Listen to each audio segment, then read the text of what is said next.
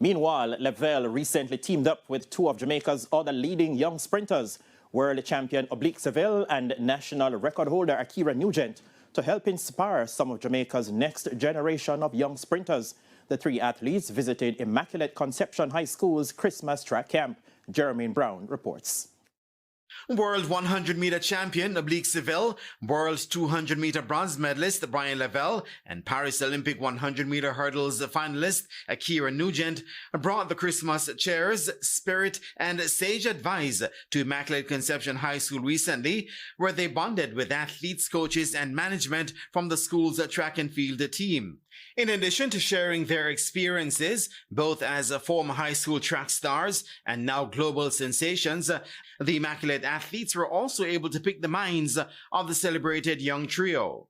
It's a good opportunity to come and talk with young selves, knowing that they're the future, and to just giving them some good advice and things they should do and to help them better themselves in the sport.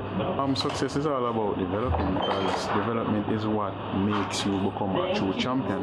You have to push through adversity. And throughout my time in track and field, when I was struggling, I hold on and I said to myself, one day is going to be your time. And I become successful, and I just know that it's not an easy road. It is a really great feeling, growing up I really did not have as much pleasure as these young ladies, having people come, having a press conference, talking to us, enlightening us what it is like to make transition from like high school to college to the professional level, and to be able to do that with these young ladies this weekend, it is a great feeling, and to know that they are part of the Three Stripe family, it is an amazing feeling and opportunity, and I think it's also helping me to develop a communication level as well, and to tell my story along the way. The athletes and coaches also reflected on the advice and experiences shared by Seville, Levell, and Nugent. It definitely inspired me to continue this journey. Given the fact that track and field is very difficult, I believe that they gave me some advice that definitely would help me to continue my career. I appreciate them coming and,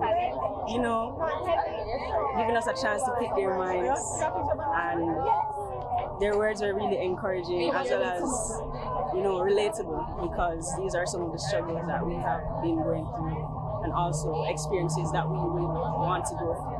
Since 2023, I've had not reoccurring injuries, but the injuries that I've had, they've been extensive.